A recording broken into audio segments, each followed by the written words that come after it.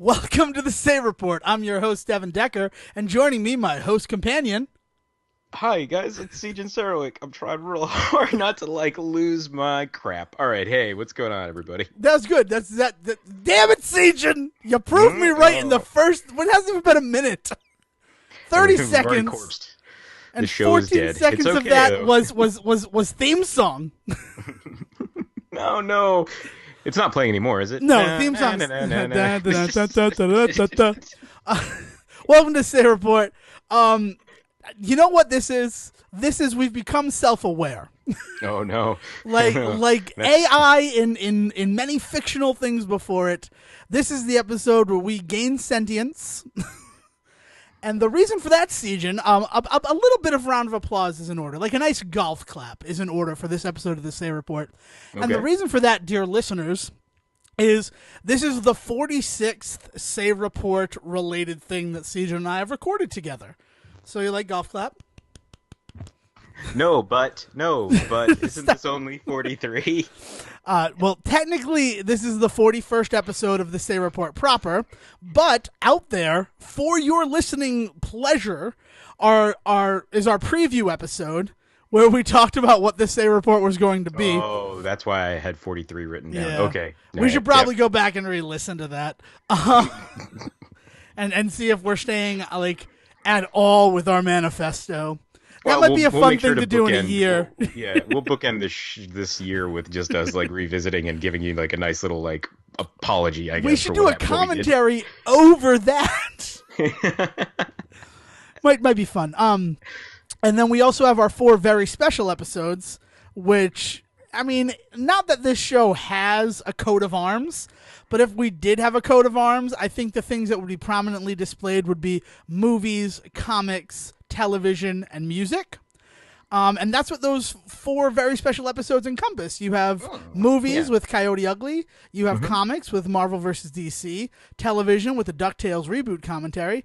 And our latest, which you should go out and listen to. If you're listening to this the day that it came out or after, it's still Halloween. Happy Halloween! Yeah, this is our creepy episode, everybody.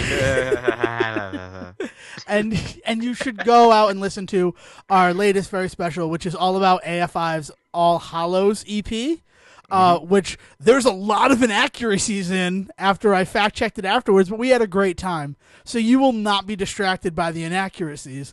Hell, you're not distracted by the inaccuracies when our president says them. I wish I had Are they Foley true work. inaccuracies, though, or are they just... Yeah, it's not an inaccuracy if the man saying them believes them, right? Yeah, right. I think that was the Bill Clinton defense. Anyway. Anyway, so welcome to this.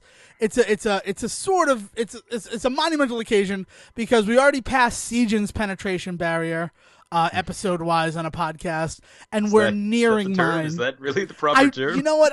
All I'm thinking of. You know what I've been thinking of lately? Fucking cat out of the bag. Barriers? Happy birthday, Sejohn, because he just turned 30 last week, and all that I have thought. First of all, fuck me.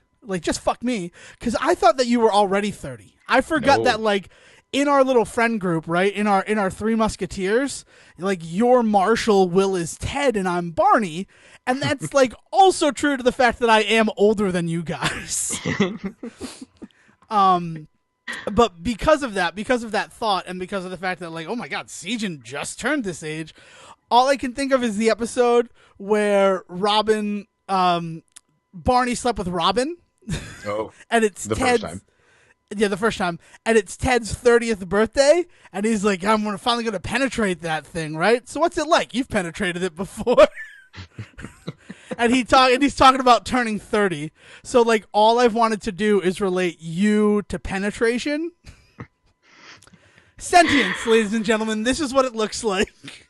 Oh, God. Look forward to next week's episode of the Say Report, he said before the 5-minute mark, where we're less self-aware. I will just say that I'll ask that we not talk too much about my penetration. I'm still feeling pretty sore from everything. So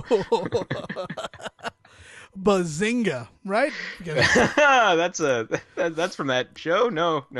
Well, it's sort of prevalent because on Friday, I had a plan for Friday, and that plan was, get home from work, and do nothing but play Super Mario Odyssey. Oh, here we go. We're getting into Um, the meat and potatoes already. Let's do this. I don't know. This is still sort of build up because we're not going to talk about Super Mario Odyssey because that Oh. plan got slightly derailed. No, just like Um, my hopes and dreams for this conversation being about Super Mario Odyssey.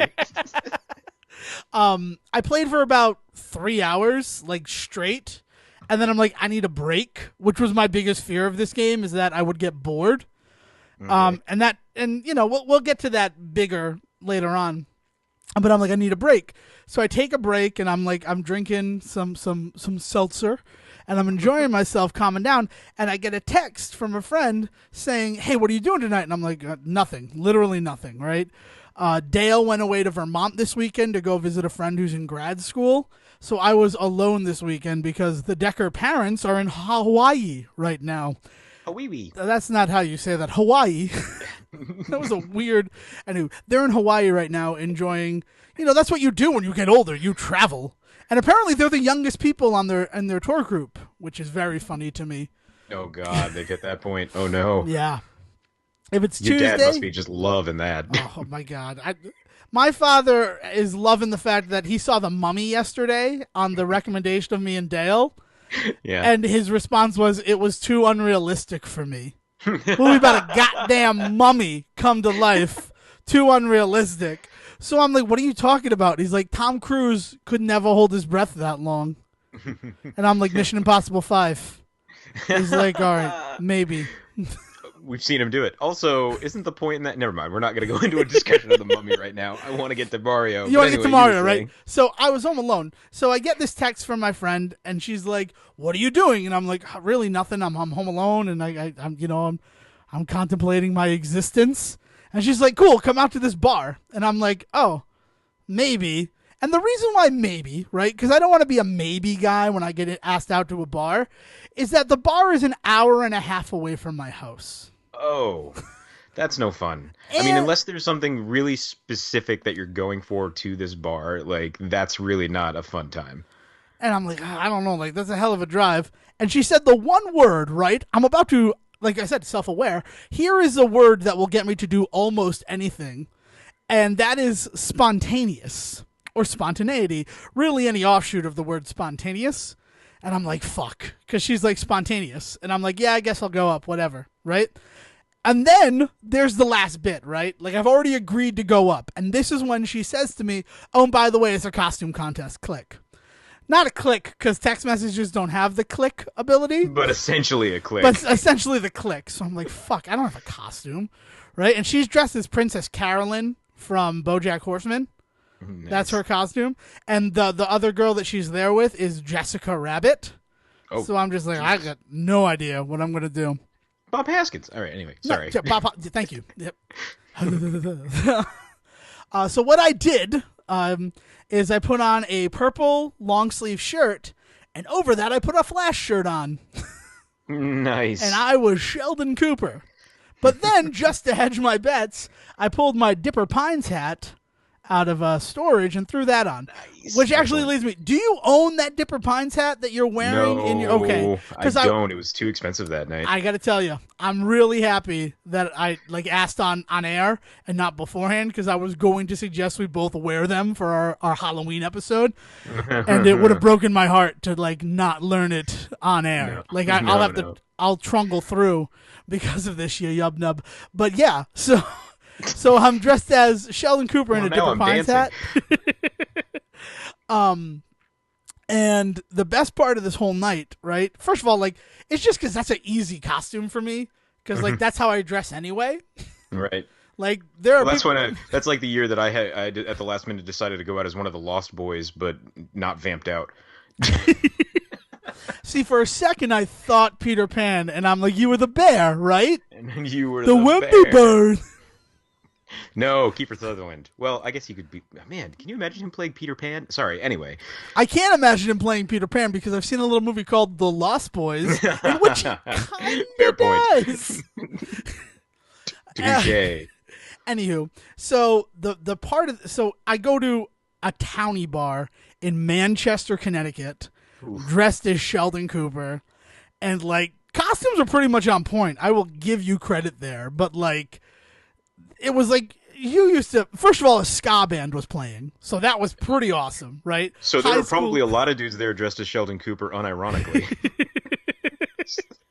clever, clever and true. But like, so like high school Devon is fun, but then like it's also a towny bar on a Friday night. So there's got to be people who are just there because that's where they wind up on Friday nights. Right, So it that's their was bar, right? a weird like subsection of people from the Manchester, Connecticut area, all hanging out at the Hungry Tiger. I'll give him a plug. Oh. But the one that really stuck out to me and let me do my best Sheldon Cooper, which is not that good, I'll just be honest with you, is there was a guy, the three of us, we fought about whether he was dressed as the Phantom of the Opera, a juggalo, or the cover of the Ziggy Stardust album. Oh my god. I was Ziggy Stardust. Because I'm like, it's like he's like Oh, one God. side Bowie, one side Ziggy. Like, I get it. Like, I get what he's doing. Couldn't have been Phantom because his left side was painted, not his right. And everybody knows that his hideous fucking chud face is on the right. Well, well, you were in Manchester, Connecticut. A lot of musical theater fans down there. They would know that. Right? One would hope.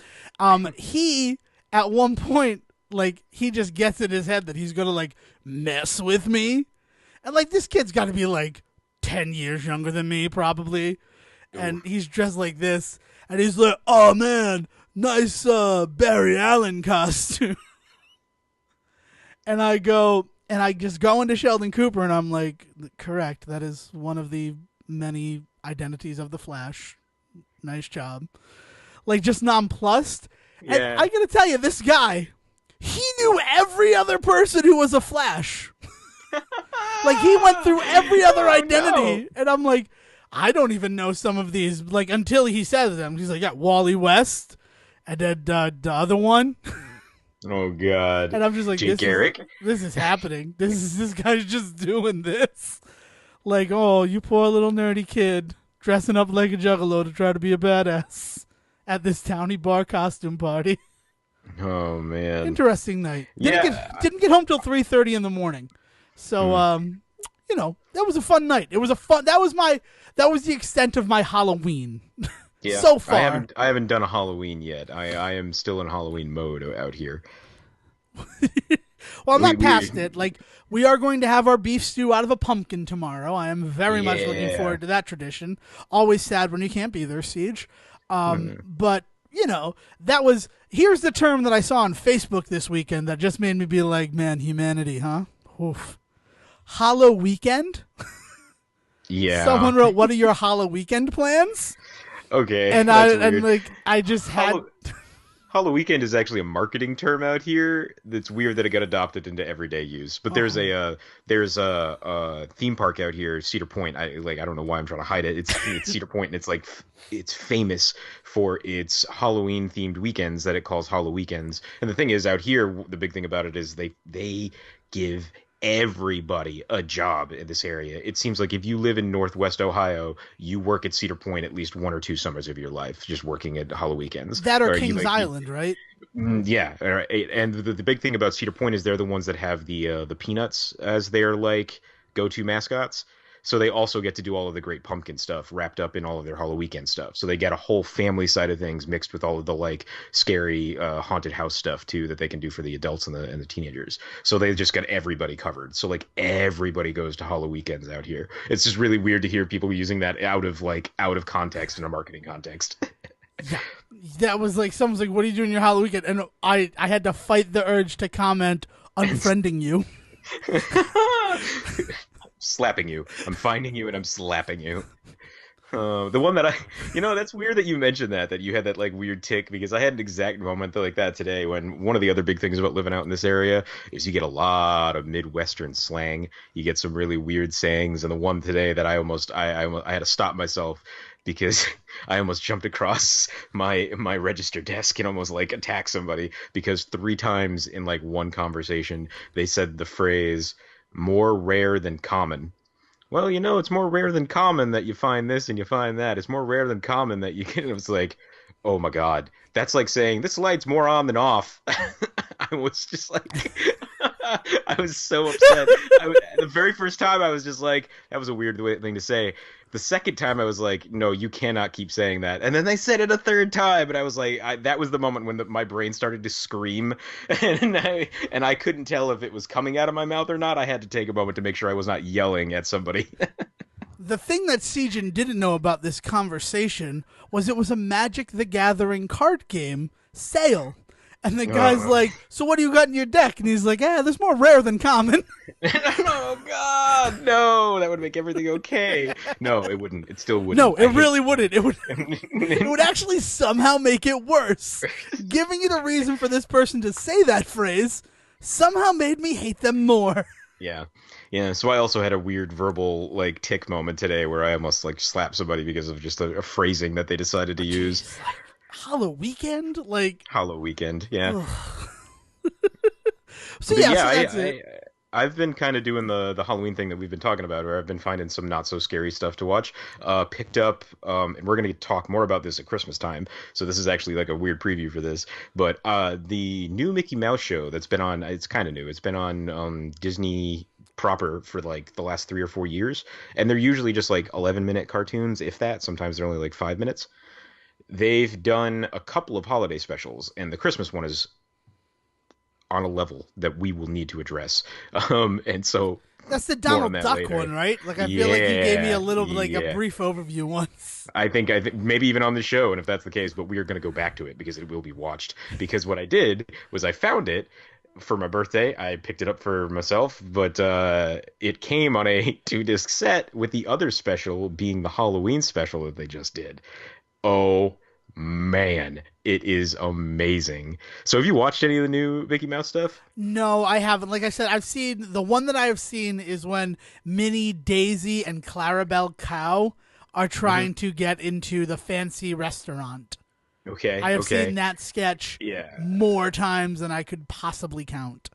Um, I like I said, I do want to talk more about the Christmas one, so I don't want to get too deep into to it today. But essentially, there's a hook to this particular iteration of Mickey Mouse and Friends that it really has me. The animation and comedic stylings of this particular version of them is something that I can't even begin to parse out right now. Like, it's amazing and so weird that they're doing this with Mickey Mouse and Friends, but I'm in. So anyway, so their Halloween special came out, and it's just as weird as everything else that they do, but even better because it's a half an hour long and it's just phenomenal. So I watched that this weekend. That was my spooky but not so scary watch this weekend. But yeah, that's what I've been doing for my Halloween stuff. So I'm prepping because I think the big thing that me and the housemates are going to do tomorrow night is I think we're going to sit down and we're going to barrel through the entirety of Over the Garden Wall for Halloween. That's awesome. What Yeah. we're planning on doing is watching They Live because it is set on our Ah, DVR nice. for 6 months.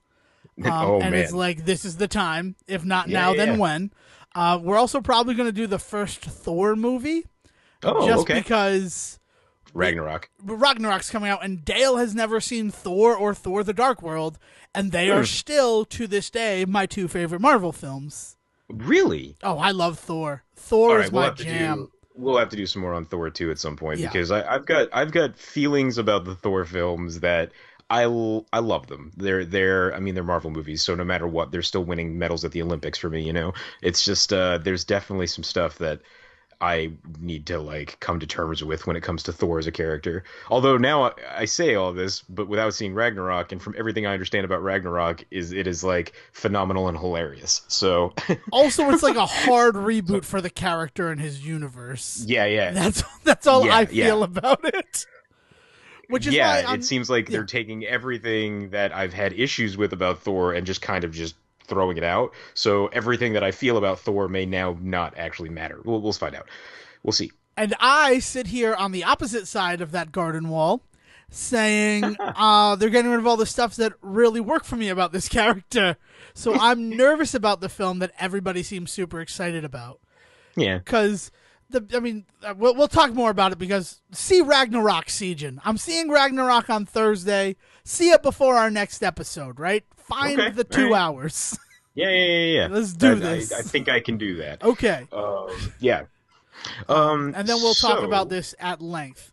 But before we move forward, Just Ah. talking about spooky Halloween stuff. I really love that I'm Mario blocking you. Um, Mario rocking you. Um, did you? First of all, I know you're not in high school, but are you at all caught up with Saturday Night Live? Actually, weirdly, I am. Then it's funny that, oh my God, Devon, you cut to my soul. I look, yes, I am actually kind of weirdly caught up with Saturday Night Live at the moment. It is, are you gonna talk about David S. Pumpkins? Is that what you want to talk about? Well, first of all, did you watch the animated special? No, that is the one thing I have not touched yet. Well, it just came out on Saturday, so like, I didn't want to, and then I heard some things about it, and now, spoiler alert, I'm kind of dying to. oh, it's awesome. It's Yeah, excellent. Like yeah. I enjoyed going into work today, and like one of the things I do when I get into work, I read TV reviews, like Hmm. to acclimate, like in that like first half hour I'm there. Right. Mostly because it makes me upset that like these people get to review TV and they like there's grammatical errors all over this thing, and they like that didn't happen in the show. Like what a recap. Or they ask questions and it's like that was explicitly answered by the show. That's not up to interpretation. So it's a good way for me to like acclimate to work, Devon, is like I get all my anger out on that and then I can be productive for 8 hours. Nice. And I read the review of David S. Pumpkin's animated special, and the person like just didn't get the joke. And I'm like, then that's the point of it, right? Like you're either going to understand that this is a parody of the holiday specials we watched as kids, or you're going to be like, why did this guy get one? And it was unfortunate that the reviewer did not get it. So I Yeah. will say, if you are like holding inside of yourself any desire to watch it, go out there and watch it before Halloween Okay. Okay. because it will. Yeah, I'm super in though.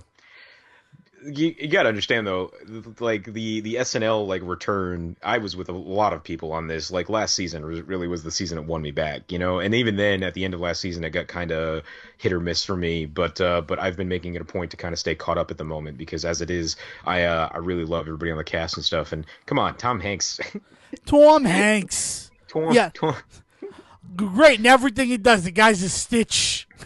everything from Big to Splash. That's actually going backwards. And yes, all of those movies We're are backwards. fantastic. I mean, come on, Volunteers he with made John Dragnet Candy. watchable. How good is Yeah, fucking Dragnet? Volunteers. I love Yeah, Dragnet. Probably yeah, one man. of my top 10 favorite like guilty pleasure movies is Dragnet. It But came on I cable. will Oh, say, sorry. yeah. Well, No, it came, I will say, as much as I enjoy Dragnet, it doesn't get good for me until Tom Hanks shows up, and that is like 30 minutes into that movie. no, come on. Aykroyd's just having fun in that film. He's like just I just made Ghostbusters 3 years Yeah. ago. No, Aykroyd off the leash is never good though. I mean, like look at Nothing But Trouble, right? Like, That's true. Ac- But I feel like yeah. Dragnet he's sort of on a leash. I don't know. What were Harry you gonna Morgan's say? there too. There's just Yeah, so that's much in true. that movie that I love. It came on cable 2 weeks ago, and Hmm. we're like, "Oh look, Dragnet!" And then 2 hours had passed, and the family watched Dragnet together, and we're like, "Why did we do that?" Well, because it's a good movie. Yeah, but It's like an we have early things to do. it's an early Jamie Lee Curtis one role too, right? No, that's Trading Places. No, who plays the prostitute in that one that dances with the snake?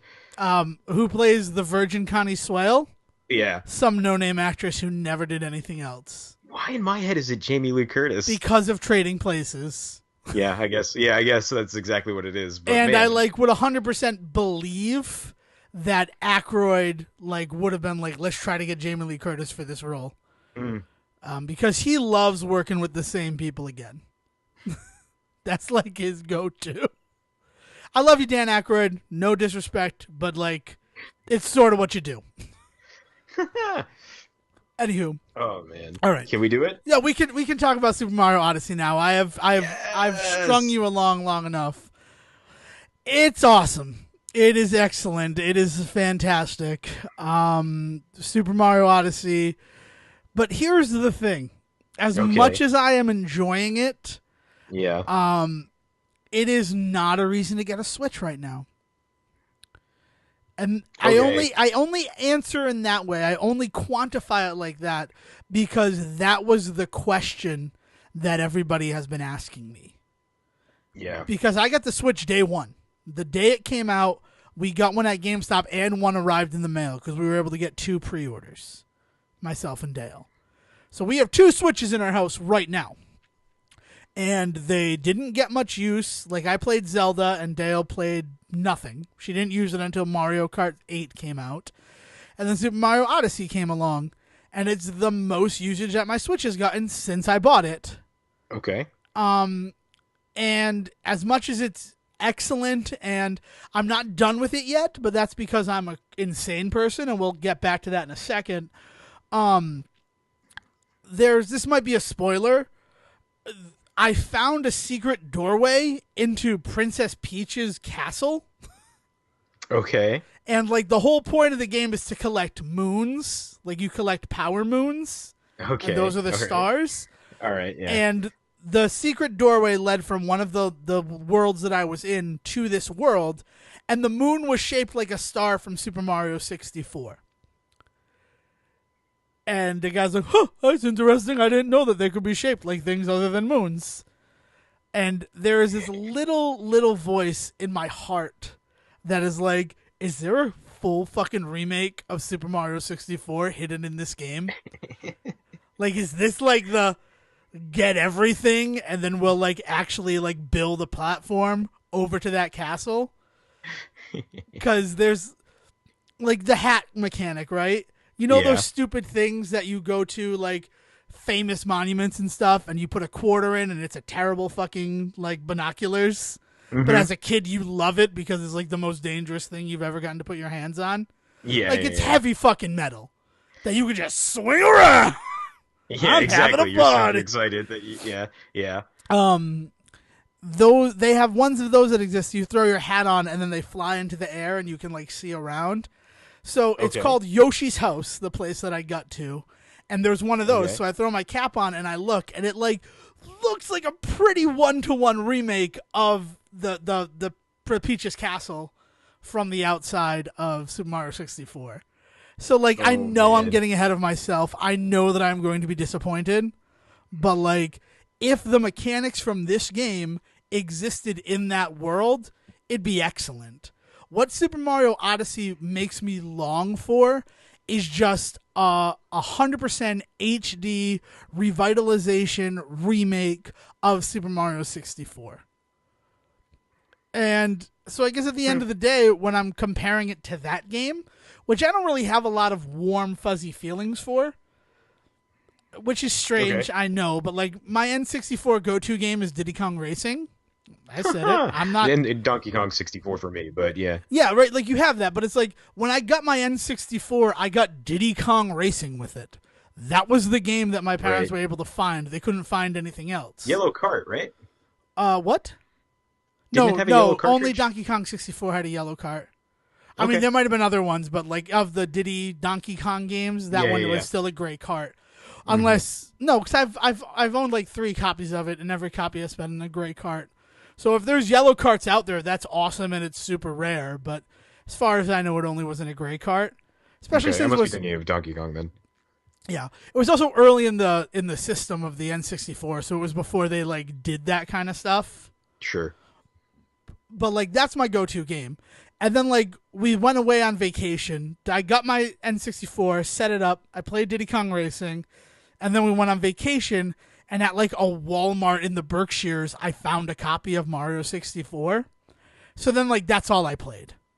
But like the game that was there for me and the game that like as an adult I really love because it's different from really any other game I've ever played is Diddy Kong Racing. And Yeah. I shut the door on Super Mario 64. It was the summer of my freshman year of college. I worked on a horror film in Block Island called Breeze Haven. Right, I'll give that out there. And what they brought to entertain the crew was an N64. And in my off time, I beat that game numerically. So like I got all the stars in the order that you're supposed to get them. so so I've brought that forward with me into the way that I play Mario games. And that's why I'm saying I think I'm doing Super Mario Odyssey wrong. Because Because you're not like exploring. no, because I am exploring, but I'm not moving forward. Like everyone I Okay. know who played the game, the like centerpiece of Mario Odyssey is New Donk City, which it's still ridiculous to say New Donk City. It's never Yes. not going to be ridiculous saying New Donk City. I should just call it the Metro Kingdom because that's what they call it in the game, and then all the signage says New Donk City. Um, I've said it so many times, How stupid. but everybody I know got there like way before me, and that's because it's not like Super Mario 64 where each world has 7 stars. Like the second domain that you get to and that you explore has 69 power moons for you to find. Jesus. And I did it Okay. until I had like walked over every single inch of the map and was like, I can't find anything else. Like I've gone everywhere that I can go, so there must be stuff that's like locked behind progress in the game, which is exactly what it is. Because until you Oh. get to New Donk City, there's a taxi driver in the desert, and he leaves the desert as soon as you get to New Donk City, and his fare gives you a power moon once you find them in like hidden in different kingdoms. So So there's other ways to get the end there are game. power moons Yeah. that are like locked behind progress in the game. Okay. But like I spent the first time I handed in power moons to my ship because you power up your little airship with the power Jesus. Yeah. moons. Yeah. Yeah. Like the Yeah. game sounds insane, right? Like if you've not played the game or you've never played a Mario game, I probably sound like a raving lunatic right now. Yeah. Even if you've played a Mario game, this sounds insane, though. Yeah. That's one of the other things. I handed in 62 power moons all at once. And all you Gotta get them needed to power move moons. all you needed to move forward was like 14. But like in that world, I went out and I collected 62. And then I'm like, yeah, well, I can't find anything else. Maybe it's like progress based and there's stuff that'll open up later, which is what happens. Huge spoilers for this game, by the way. Like I don't think I'm giving spoilers for the game. And you throw your hat on the thing and then all the moons come. And that was like a good minute of moons like doing this stupid conveyor belt action to power up my thing. And I got Yeah, like because they don't ever plan on you having 60 of them at a time. they're like, you need 14 to progress. And like most people are going to get 14 and be like, ooh, time to find a new world. And I'm like, no, no, no. I'm not leaving this motherfucking desert until I have every goddamn moon. Oh man. Yeah, I wonder, like, is it not structured in any way to like make you want to move forward? Like what's the story like? Is the story kind of pushing you and you were just ignoring it, or what? No. Okay, so here's the thing. Here's how every like world is broken up. Every land, let's call them lands, right? Hmm. Is everyone is set up so that you arrive and something is happening when you arrive. So Oh, okay. the big story behind the game is that Bowser has kidnapped Princess Peach, and he kidnapped your Cap friend's younger sister, Okay. and he's going to force Princess Peach to marry him. So he has Okay. hired a group of wedding planners. Jennifer Lopez is not there. I am already disappointed. Don't ask. Called the Broodals. Broodals, which is just beautiful. Beautiful spelling. And they Yeah, are yeah. 4 rabbits that all I can think of is the Fantastics. Oh God. There's one rabbit who and you fight these guys, right? So you get into fights with them, but every time I've had to fight this guy, I cannot help but sing Try to Remember the whole time that I'm fighting him. Because he just looks like Jerry Orbach in the Fantastics. Fantastic. Because we have theater Fantastic. backgrounds, ladies and gentlemen. Self-aware. I'm gonna take a picture of what I do with my hand every time I say self-aware. Yeah, put that up on the It's on frightening. I was gonna say put that picture up on YouTube, but that'd be very silly. Just a 5-minute video of just a photo of you in your hand. Put it up on the Facebooks. But yes, so you arrive anywhere that you go, you arrive there, and the Broodals are there. So you have to get to them. You have to find a way to get to where they are. And that's sort of like the Super Mario 64 of it. Because you arrive and it gives you like a title of what you're supposed to be doing, like the top of the tower. So you know that you need to climb to the top of the tower to fight them. Or like in a dark, cold place. So Nice. it's So they are giving you some hint of what you should be doing when you get there. All right. right. So, but then while you're walking there, you can just find moons. So like you'll be like climbing the tower and you'll see like, oh look, this looks like a little gap that I can crawl in, and you crawl in that hole and there's a power moon. You collect it, and then its hint text shows up underneath it, and it's like through a small hole, and it's like, oh okay, and you don't know any of that. So once you complete, by the time you complete the like given task, once you arrive in any land, you should have enough power stars to move forward. Okay. All right. Because like you just Power moons. power moons. Not I'm sorry. stars. They're moons in this one. Right, power moons. So like, and it's usually like around 20. I think has been the most that has been required to move forward to the next land. But the moons are just they're places that you would naturally go while you're exploring, and you just find them on the way to fight the Brutals. Yeah, yeah, yeah. I mean, that makes sense. It's it is crazy of you to then stick around. Right, yes. Like, It is. No, I understand that it's crazy for me to then be like, okay, I've done all the things that the game wanted me to do. Like the last area I did was Luncheon Land, and that one was like super in depth. Like you had to climb to the top of a tower, and then by climbing to the top of the tower, you upset a bird that was up there, and that made a volcano blow up. So then you needed to like get the sacrificial meat. And then once you got the sacrificial meat, you got the bird to drop it into the stew, and then you had to climb up the volcano, and it's just like, oh, okay, like, so you do a lot in each world. But then what's I'm that like, sacrificial meat. well, it's salted. That's the nice part So about it. it's Waluigi then. Yeah, probably. Gross. Oh, gross. But yeah, so then I stick around. Like I'm like, well, I mean, I only got to see the things that were on that path. And each of these worlds is large and like enough to explore. Right. So right. I just explore. Now, granted, I have gotten to a point where like exploration wise, I move forward because I'm starting to understand, like I've found those things that indicate you're not going to be able to get everything in this world right now. Right. Like okay. as soon as I found that taxi driver and he's like, oh yeah, no, I'll take you over to this world. And I'm like, that's the very first world. And like I was missing one moon there. There's the moon that I was missing. Is the taxi guy. So, you know, it's been a lot like that. So I feel like I'm playing it like a crazy person, all because of how I played Super Mario 64 years and years and years ago.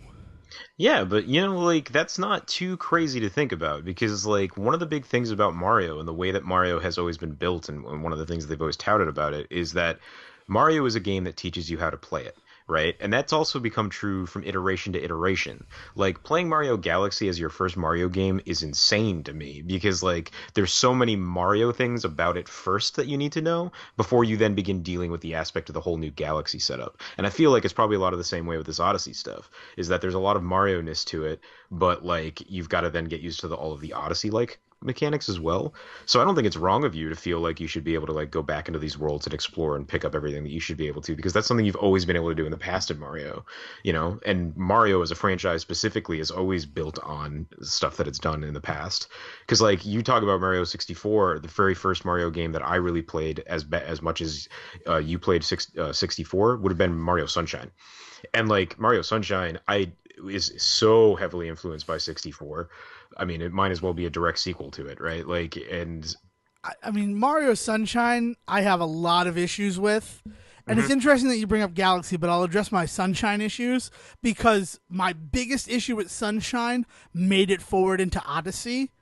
And that is, I hate in Super Mario Sunshine that occasionally you'll get to a puzzle that strips away the play mechanics that are the forefront of Super Mario Sunshine. So you have to reteach yourself how to play the game without that. Yeah, And I'm because it like, doesn't use the mechanics that you've been taught to use the whole the time. Yeah, no, whole time. And right, it's right, like, right. and they're even and basically it just turns it into Super Mario 64 is what it does. Right. Basically, you don't have a backpack that allows you to hover or to like jet up to high places. But Right. it's like, but you've tied my hands in a way that like it is just not fun. And like, there's Right. only been two places so far that strip away the Odyssey mechanics. But like every time, I'm like, why would you bring this part forward? Like Yeah. the thing that makes this game different and the thing that makes this a cool like Mario sequel and not just more of the same is this mechanic. So it's weird that like you tie my hands again. Yeah, because even when they went back to the old Mario format and did Wii U, the Mario U, right? They added the whole cat mechanic, and that was a brand new thing, and that ended up being something that played into almost every level of that game in a really interesting way. So it sucks that you hit these moments in Odyssey where that isn't where they aren't Where like kind of having the embracing it. cap as something that you can throw and take over stuff, it's like, oh yeah, no, we took that away from you.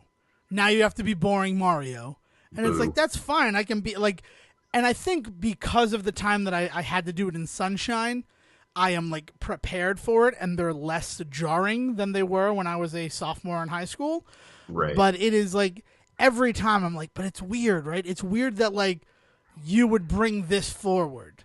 Well, can you imagine going to those levels as somebody that's never played anything but Odyssey? Like, what is it like to like play Mario, kind of just like thrown at you in the middle of this Mario Odyssey game? That's a good point. And going forward to Galaxy, Galaxy, the first one was one where I played it that same way, where I collected every star that I could in order, Yeah, yeah, yeah. and that was great. Like but the problem that I have with things like that is, and this is the thing that Odyssey fixes about that. I had enough stars, like an hour and a half into that game, to finish the game. Because it didn't plan on you picking every star Yeah, in every it level. planned on you Yeah. picking like how many you needed to progress the story forward, Hmm. not you picking up every single star as they were presented to you. Yeah, yeah, yeah. And that's why I held off on playing Super Mario Galaxy 2 for a super long time, like an embarrassing amount of time, Yeah. because everybody said that it was difficult. Like, I don't know why that dissuaded me from playing the game, because like I play difficult games all the time, but Yeah. the fact that it had this like notoriety for being difficult, just like I don't want to play like a difficult Mario game, right? I want it to be Right. fun. And then years later, when it finally got the price drop, I picked it up. And the reason why it's difficult is that it asks more stars of you before you move forward. Never a problem for me, because I again played in that manner where I Yeah. collected the MacGuffin as like before I moved forward. Like, I want to be done with this place. I don't want to have to come back to this place again later. So in a lot of ways, like, congratulations to Super Mario Odyssey for finding a way to make me go back to places before, for forcing me to Yeah. go forward. Big ups to Super Mario Odyssey for the fact that moons do not carry over. The moons from like the Sand Kingdom are not the same as the ones from the Metro Kingdom. So you have to collect 14 in the Sand Kingdom, and then you need to collect 20 in New Donk City before you So can move forward. they've got to be from that kingdom, so you can't just go around and just skip over and unlock a bunch of shit.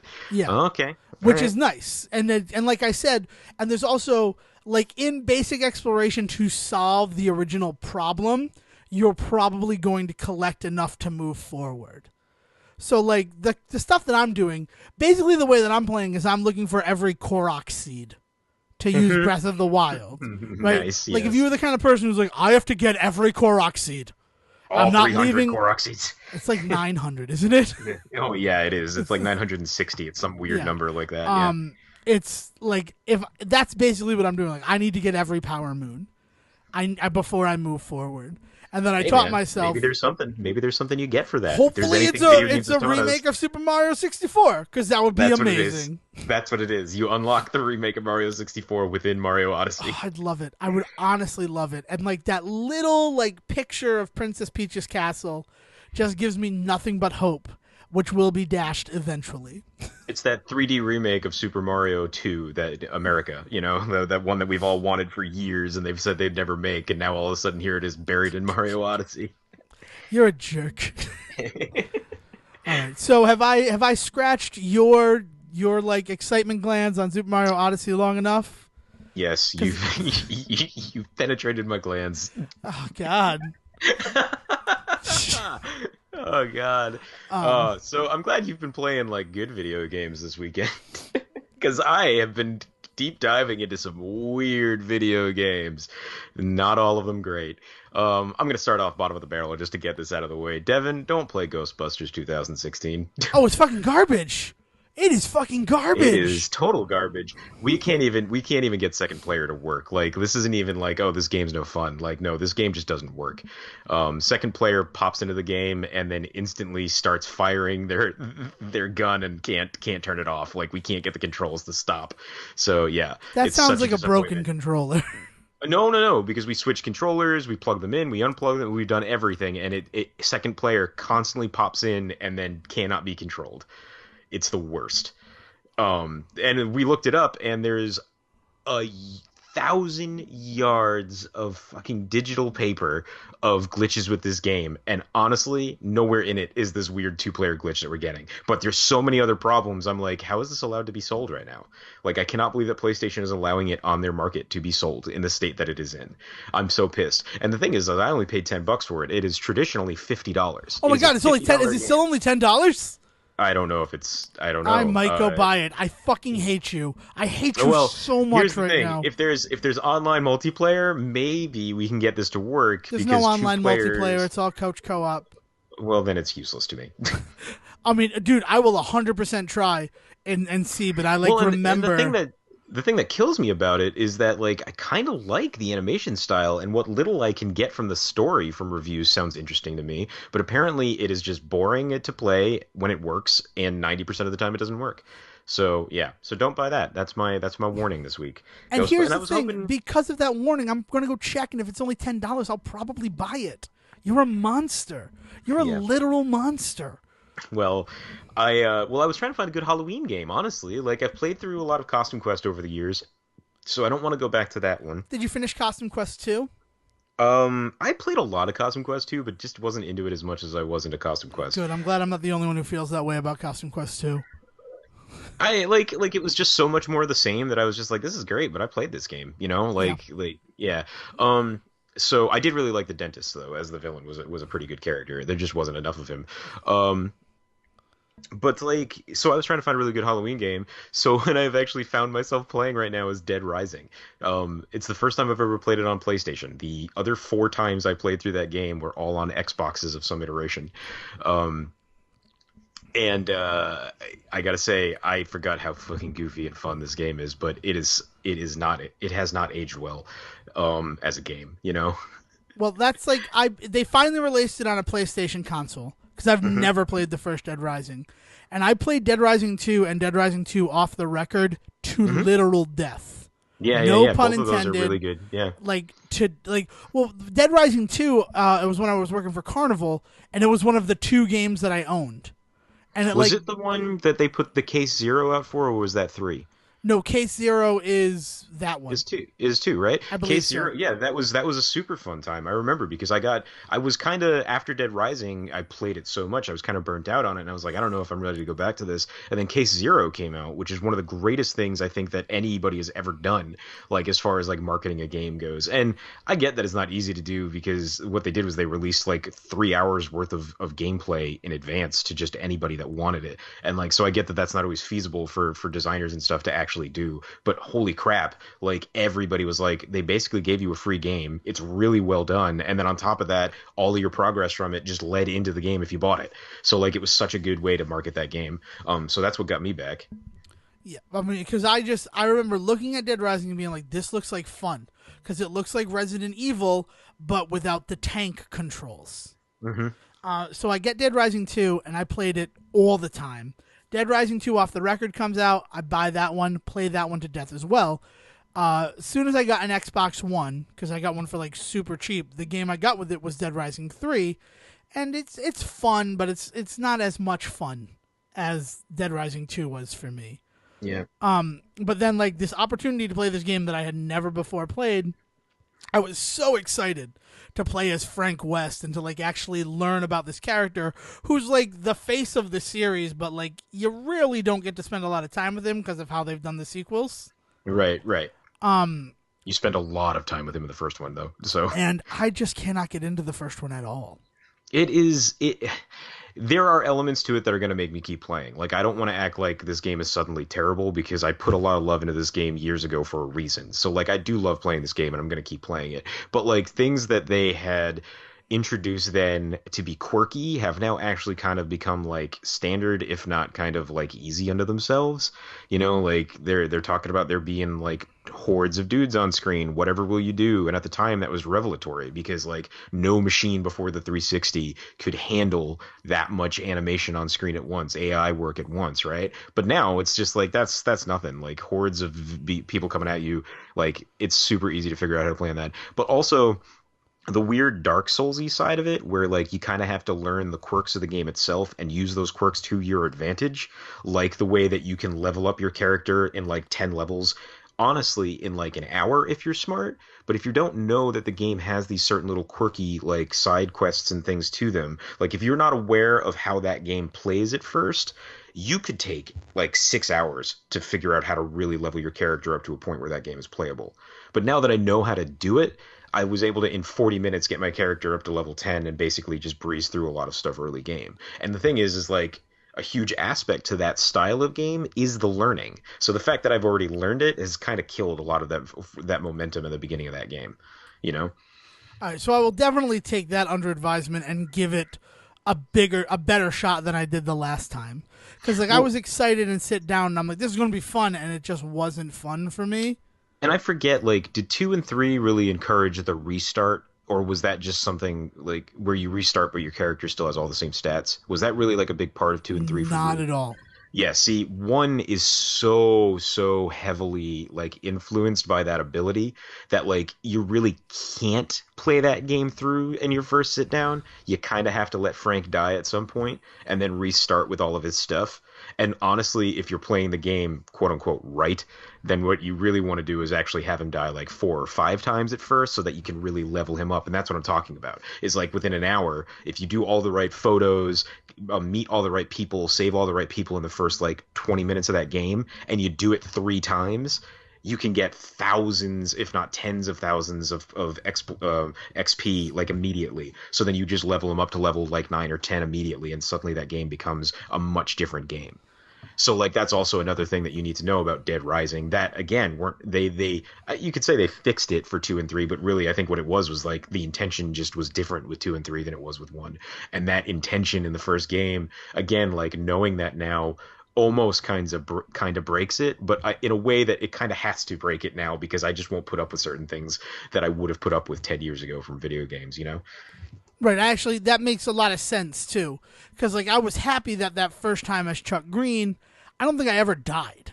Like I just Mm, was like on top of my character. Like I managed myself like a crazy person. Like I was all right, right, about right. like managing Well, myself. and that's what those games do to you Yeah. is they turn you into a crazy person. You either have to be that with Chuck or with Frank. You have to be willing to just commit suicide at some point to just be like, all right, I'm going to take out 30 zombies and get 3,000 points, but then I'm going to get eaten. But that's okay because then I'll start over with those 3,000 points.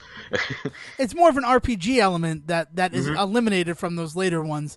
And you're Yeah, not yeah, wrong about the crazy part, because like my roommate when I was playing Dead Rising 2 was like, you need to stop because you've gone insane. And you know what? Also, because it's Halloween and you know it's fun to share things. The whole thing of Dead Rising 2 is like you make the items, yep, and yeah. that's what we started doing in our like little stateroom. Is we made items like with duct tape and just Nice. putting two things together. And my favorite one that we made, like we made some fun ones, and I'll definitely put them up there and out there to see. But my favorite one that we made was the life tacket. We took a Oh life God. jacket and we just covered it in tacks using gaffer's tape and duct tape. Nice. And it's like, yeah, the zombie comes, he like tries to grab you, and it's like, ah, no, my hand's all tacked. Oh my God, my hands are all tacked. That's good. We had good Yeah, man. times. But yeah, so like that's the weird stuff that I've been doing. So video games was kind of let me down this weekend. So the last thing that I really want to talk about today that I've been doing this week that I want everybody to start getting into is I guess you'd call it another video game recommendation. But have you ever played or heard of Keep Talking and Nobody Explodes? No, no, I have not. All right. For all intents and purposes, it's a video game. You buy the main portion of it either through the App Store on your phone or I bought it through Steam. I think it might be available for PlayStation. The big thing about it is they just put VR support into it, so I wouldn't be surprised if it was on PlayStation VR and stuff like that. And it actually the VR element's actually pretty amazing. The point of the game is that you play with at least two people, but I recommend four or five, really, honestly. And one person sits at the computer or the TV or whatever where they've got the game, right? Everybody else then goes into another room or they can't be anywhere where they can see the TV. And what they've got is they've got an instruction manual in front of them. And you can either print that out in advance or just use like an iPad or something. I have a printed version that I just have in a 3-ring binder, right? And the idea is that on your screen, a bomb shows up and you have to communicate to the other people what the bomb looks like, and then they have to talk you through diffusing it. And the bomb can have anywhere between like 2 to like 10 puzzles on it, and there's all these different elements of like the bomb is actually square, so that means that all the rules are completely different, or this bomb has 3 batteries on it, so every time you do a certain type of puzzle you need to remember, all right, if there are 3 batteries you need to cut the red wire, but if there's 4 batteries you need to cut the green wire. Like there's all of this, like, so you have to keep talking to your teammates about like what the bomb looks like and what it's doing so that they can talk you through diffusing it. And of course it's all on a timer, right? So you have to just keep going through this stuff and you just have to keep getting through puzzles until you defuse the bomb. And it is a friggin' blast. It is insane. All right, so here's the thing. I have played a live action version of this Mm. at one of the comic conventions I went to, where one person was on one side and it was like Battleship, but like it was a big thing between it, and we could communicate, and we had to do that. Yeah, yeah. So that is fun. That is something that is enjoyable. I blew us up. I will not lie, but we still got like victory sunglasses Yeah. for it. Well, and like there's just like a what's really amazing about the game for me is that there's really not much of a sense to it. There's an attitude that you only get really from really reading the instruction manual portion of it, because other than that there's really not much to it. Like the animation's not stellar. Like it's all blocky and stuff, and like the symbols that they use are all kind of pretty stock standard symbols. Sitting around trying to describe like hieroglyphics and things like that. We're just like it's an E, but it's on its back and it's mirrored, and then this one is a K, but it's missing its little leg, and it's just like what like the learning how little vocabulary I have is really the biggest like obstacle in that game for me. Where I'm just like I see it, and if you saw it, you get it, but I don't know how to describe it. Yeah, no, I've been It's there. I crazy. understand that Yeah, 100%. man. So like we played like I think 6 or 7 rounds of this thing with like 3 or 4 puzzles in each round. It was crazy, but yeah, we killed about 2 hours doing that this weekend, which was a nice change of pace after like Dead Rising being like fun, but also something I'm only doing by myself and not really like loving it like I used to. And then Ghostbusters being such a downer because we tried to play it with multiple people and we just couldn't get it to work. Yeah. That's a shame. I mean, we got 4 people working on that Ghostbusters game the weekend that it came out. Hmm. Which got me the trophy of like complete the game with 4 people or complete a level with 4 people. And that was like all I really wanted was that trophy. Yeah, well, I'm glad you guys got it to work. I'll look more into it and see if maybe I had also just gotten a new controller and maybe it wasn't charged all the way or something. But I don't know. We thought we had gone through basically every iteration of trying to get those controllers to work, and we just could not get the second player to work at all. Are the other Dead Risings on sale? Because I imagine you got the first Dead Rising because it was I cheap. think I think everything. I think 1, 2, and Off the Record are. I don't think that 3 is on sale because I don't even know if 3 is 3 is not available on PS4. PS4. That's Right? going to Because be 3 is an Xbox exclusive for a while, right? yeah, and Windows too. Like I don't think that'll ever be on a PlayStation. I say that, but like PlayStation 5, it'll be a launch title. And Dead Right. Rising 4 is coming out, which I am super excited for that, and we should do that Well, together. so we'll see what happens because I bet you that they snag 3 and 4 to be on PlayStation with the Xbox One being the kind of than No, it is that's sales what it is. wise. 4 is coming over to PlayStation 4. So I bet you they find a way to get 3 I then. certainly hope so, but I'm excited to play 4 because it's Frank West again and it's Christmas themed. So Yeah, like yeah. I am excited to play through that one with you. We should coordinate and all that. Oh my God, do they go back to Willamette? That would be amazing if I they go back to the mall and all that. I Oh, don't okay. know. I have not played it because I don't have an Xbox One. I mean, I do now, but when it came out, I didn't. And now that I have one again, I'm like, well, I'm not going to buy it on the inferior system. Sorry, Microsoft. All Yeah. right, so speed round, lightning round, right? Because I want to talk about movies that I saw. Because the last time we did an episode, we said that there hadn't really been any award movies, Yeah, yeah, and yeah. I said that Okay, I was so what going do to you see got? the Florida Project, and you're like, that might be the first. Definitely the first. Yeah, Definitely the good. first award movie that I saw this season. I don't know if it'll actually win, No, but I it's think out there. I could see it definitely getting some nominations. And the problem is that that movie is 105 minutes long, and the first 104 minutes are excellent, and then they really botch it right at the end. Oh no. And that's like Okay. so like I won't tell you how, and you might disagree, but the Devon Decker opinion on that film is it's an excellent movie. Everybody go see the Florida Project as soon as you have the opportunity to, but know that I was unsatisfied with how they decided to end it. Okay.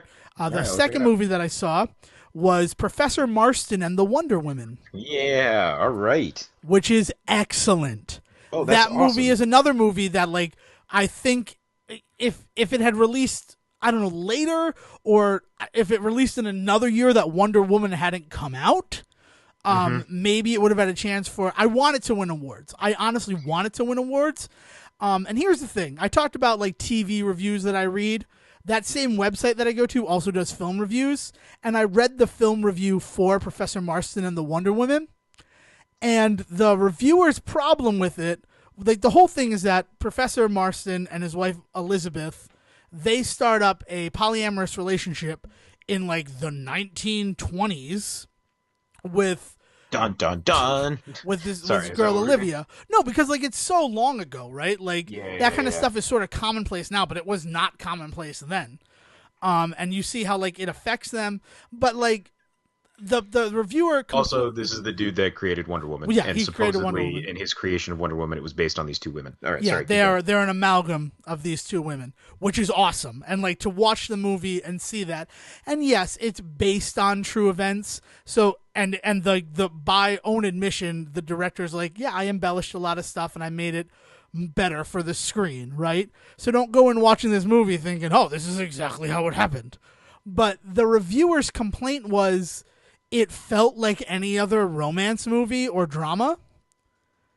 And I'm like, well, that's good, right? Like, it doesn't Isn't need that to the be point? crazy or racy just because it's about, like, if you watched a movie that was, like, two homosexual men and, like, oh, they really played up the gay in that movie, right? Like, their relationships are so much different than ours.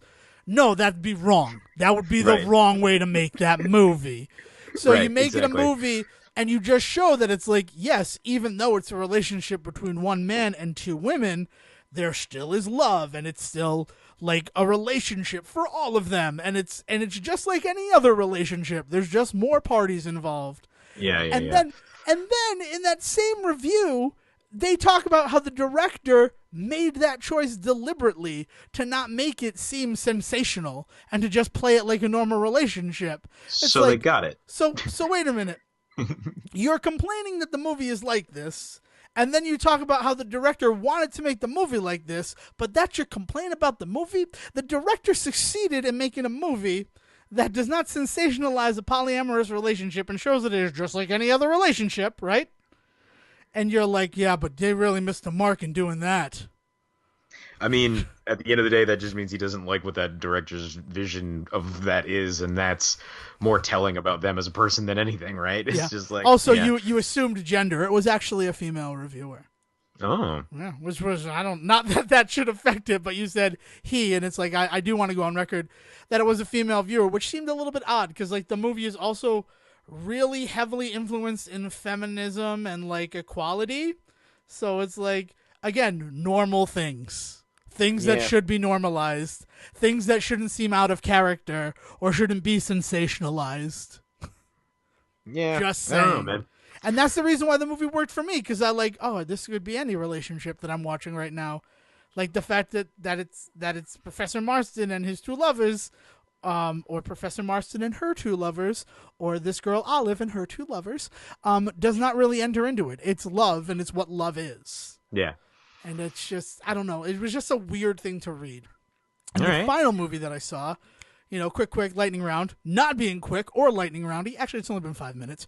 I saw the intended cut of Little Shop of Horrors last night on the big The screen. the intended cut, so the one that has the weird ending? The one that has the weird ending, but like even better than that, in order to facilitate that weird ending, there are changes in the movie Oh. that are awesome, that are the best scenes in Little Shop of Horror. That like Okay. they had a 10-minute like interview that wasn't really an interview, it was just Frank Oz talking to a camera with very poor editing.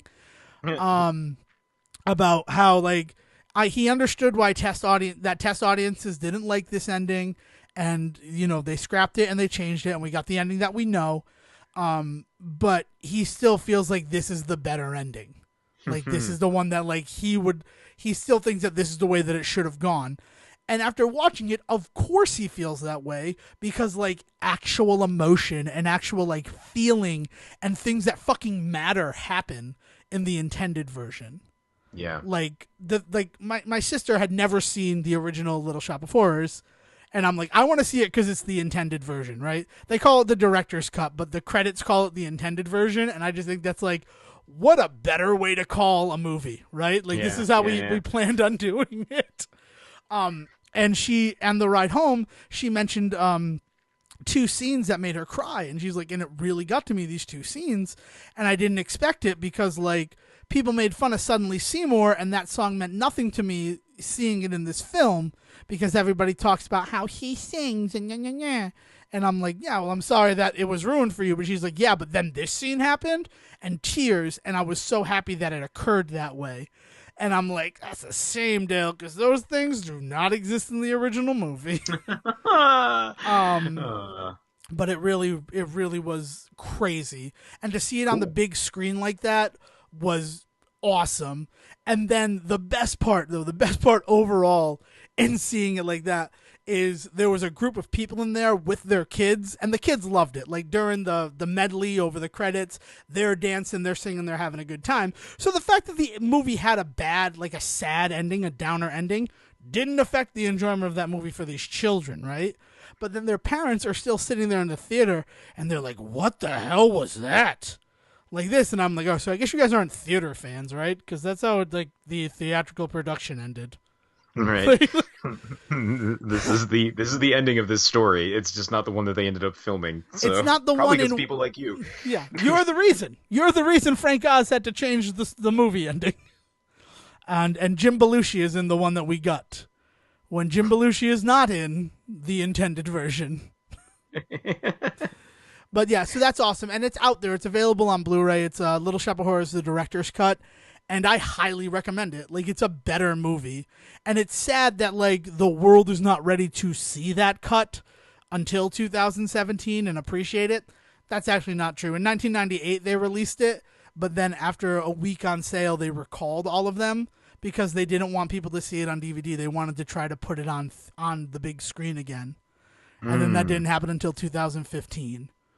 So now it's available out there for consumption, and I highly recommend it if you're a fan of Little Shop of Horrors, because it's the way that the stage play ends, and it's like has those moments that like really make it a moving, meaningful story. Cool. And that's So it. that's awesome. So that's what I did. I saw movies, and I know that Little Shop's not going to be eligible for any awards, but it's crazy to think that it was nominated for 2 Oscars. I mean, yes and no. I love that movie, and the time that it came out, it makes total sense. Yeah. But yeah, that's insane, man. And it's That totally the I'm sad reason that we why don't we get got- movies like that nominated for Oscars anymore. That's my thing. That's 100% the truth. Like something like that would never get nominated now. I mean, maybe for Best Original Song, which is one of its nominations, but the other one is like I mean, It's- even as a musical, it wouldn't make waves anymore because like that's just a old that's Old old hat, hat. right? Yeah, there's Yeah. like, oh, they're doing Little Shop again. Let's give to La La Land too. La La La La Land. La la la la land. I'd watch that. Oh, There's man. something for us to work on. All right, so that's it. Not that we've gone long, right? Because we can talk however the fuck we want, right? We're Yeah. self-aware. But They become sentient. sentience. But yeah, so that's it. That's the Say Report this week. If you want to yell at me about anything that I've said or any of my beliefs, you can find me on Twitter at Devon D. Decker. And you can find me at Siege versus the World, but please don't yell at me. No, if you want to yell at Sejohn, actually point that at me as well, and I'll tell There you him. go. I'll break it to him nice and easy. Thank you. All right, so have a happy and safe Halloween. Yeah. And William, sing us to sleep, you beautiful man. Thank you for listening to the Say Report with your host Devon Decker and Sejohn Serwick. Please follow the guys on Twitter and Facebook by searching for The Say Report, and you can always subscribe on your podcast channel so this is delivered straight to you and you can enjoy it every week. With apologies to your mother, we'll see you next time.